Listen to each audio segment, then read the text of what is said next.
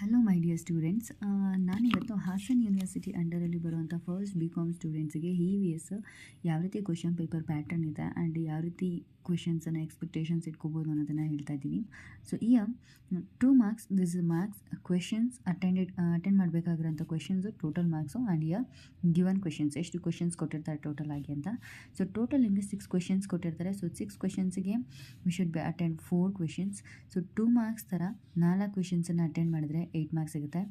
5 marks ಥರ 4 ಕ್ವೆಶನ್ಸನ್ನು attend ಮಾಡಿದರೆ 20 ಸಿಗುತ್ತೆ. 8 marks ಥರ 4 ಕ್ವೆಶನ್ಸನ್ನು ಅಟೆಂಡ್ ಮಾಡಿದರೆ 32 marks ಸಿಗುತ್ತೆ. ಸೊ ಟೋಟಲ್ ನಿಮಗೆ 60 marks ಆಗುತ್ತೆ. ಸೊ ಎಲ್ಲ ಮೇನಲ್ಲೂ ನಿಮಗೆ 6 ಕ್ವೆಶನ್ಸ್ ಇರುತ್ತೆ. ಯು ಹ್ಯಾವ್ ಟು ಅಟೆಂಡ್ 4 ಕ್ವೆಶನ್ಸಿಗೆ ಅಟೆಂಡ್ ಮಾಡಲೇಬೇಕು. ಸೊ ನಿಮಗೆ ಟೋಟಲ್ 60 ಮಾರ್ಕ್ಸಿಗೆ 18 ಕ್ವೆಶನ್ಸ್ ಇರುತ್ತೆ. ಪ್ರತಿಯೊಂದು ಮೇನಲ್ಲೂ 6 ಕ್ವೆಶನ್ಸ್ ಇರುತ್ತೆ. ಸೊ ನಿಮಗೆ 2 ಕ್ವೆಶನ್ಸು ಆಪ್ಷನ್ಸ್ ಆಗಿ ಸಿಗುತ್ತೆ. ಸೊ 4 ಕ್ವೆಶನ್ಸಿಗೆ ನೀವು ಅಟೆಂಡ್ ಮಾಡಬೇಕು. ಸೊ 4 ಕ್ವೆಶನ್ಸಿಗೆ ಅಟೆಂಡ್ ಮಾಡಿದ್ರೆ you got 8, 20 and 32 marks. So total ನಿಮಗೆ 60 marks ಸಿಗುತ್ತೆ. ಸೊ ಈಗ EVS ಸಿಲೆಬಸ್ ನೋಡೋದಾದರೆ there will be 7 chapters. First one, Introduction to EVS. Second chapter, Ecosystem.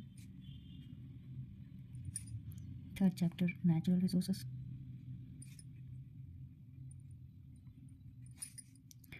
Fourth chapter, Biodiversity and Conservation.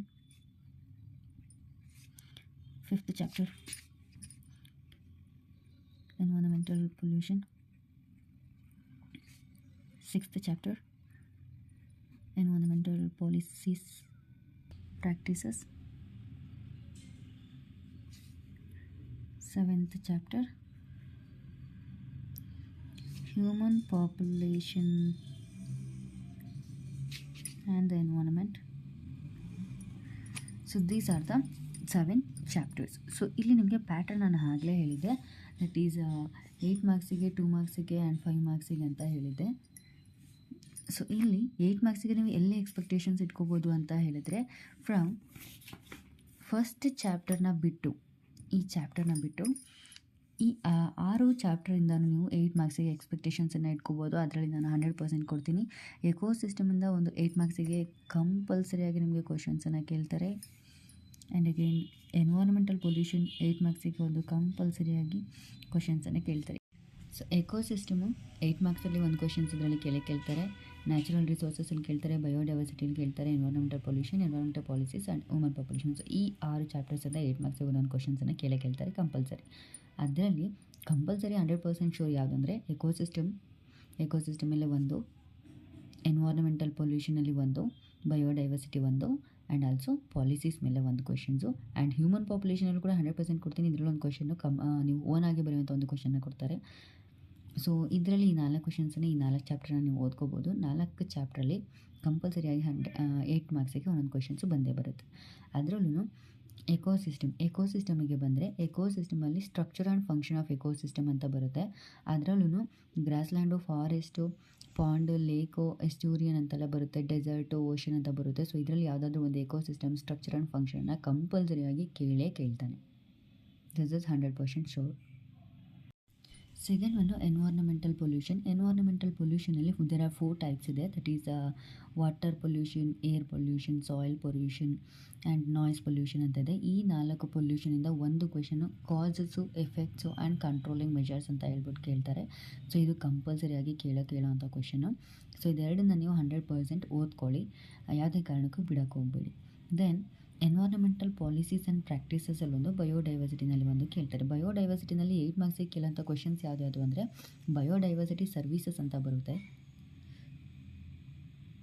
ಅದ್ರ ಜೊತೆಗೆ ಬಯೋಡೈವರ್ಸಿಟಿ ಝೋನ್ಸ್ಗಳಂತ ಬರುತ್ತೆ.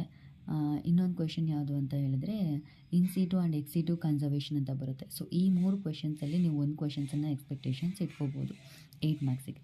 ಆ್ಯಂಡ್ ಎನ್ವೈರನ್ಮೆಂಟಲ್ ಪಾಲಿಸೀಸ್ ಆ್ಯಂಡ್ ಪ್ರಾಕ್ಟೀಸಸಲ್ಲಿ any act AB ಅಂತ ಕೇಳ್ತಾನೆ. ಈ ಚಾಪ್ಟ್ರಲ್ಲಿ ನಿಮಗೆ AB ಅಂತ ಕೇಳ್ತಾನೆ ಕ್ವೆಶನ್ಸ್ ಕೊಟ್ಟಾಗ.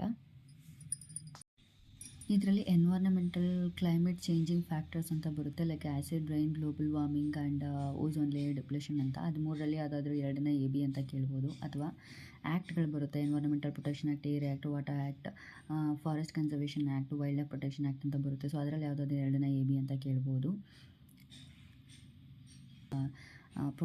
Kyoto protocol and monitor protocol ಅಂತ ಬರುತ್ತೆ. ಅದನ್ನು ಯಾವುದಾದ್ರೂ ನಿಮಗೆ ಎರಡನ್ನು ಸೇರಿಸಿ ಒಂದು ಕ್ವೆಶನ್ಸನ್ನು 8 ಮಾರ್ಕ್ಸಿಗೆ ಕೇಳ್ತಾರೆ.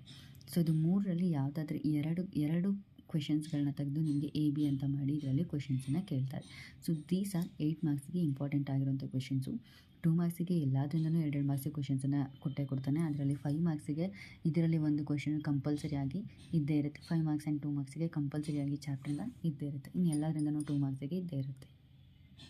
ಆ್ಯಂಡ್ ಇದರಲ್ಲಿ ನಾನು ಯಾವುದನ್ನು ಕೂಡ ನಿಮಗೆ 2 ಮಾರ್ಕ್ಸ್ ಹೇಳ್ತಾ ಇಲ್ಲ. ಬಿಕಾಸ್ ಯಾಕೆ ಅಂತ ಹೇಳಿದ್ರೆ ನಾನು ಅಬ್ಸರ್ವ್ ಮಾಡಿರೋ ಪ್ರಕಾರ ಹಾಸನ ಯೂನಿವರ್ಸಿಟಿ ಮತ್ತು ಮೈಸೂರು ಯೂನಿವರ್ಸಿಟಿ ಎಲ್ಲ ಕ್ವೆಶನ್ ಪೇಪರ್ನ ಅಬ್ಸರ್ವ್ ಮಾಡಿದ್ದೀನಿ. ಸೊ ಅದರಲ್ಲಿ ಮೈಸೂರು ಯೂನಿವರ್ಸಿಟಿ ಕ್ವೆಶನ್ ಪೇಪರಲ್ಲಿ ಎಲ್ಲ ಕ್ವೆಶನ್ಸ್ಗಳು ಅಟ್ಲೀಸ್ಟ್ 40 to 50% ನಿಮಗೆ ರಿಪೀಟೆಡ್ ಆಗಿತ್ತು. ಬಟ್ ಈಗ ಲಾಸ್ಟ್ ಸೆಮ್ಮು EVS ಕ್ವೆಶನ್ ಪೇಪರ್ನ ಹಾಸನ ಯೂನಿವರ್ಸಿಟಿ ಅವ್ರು ಮಾಡಿದ್ದಾರೆ. ಅದರಲ್ಲಿ 2 ಮಾರ್ಕ್ಸ್ ಯಾವುದೂ ಕೂಡ ರಿಪೀಟೆಡ್ ಆಗಿಲ್ಲ.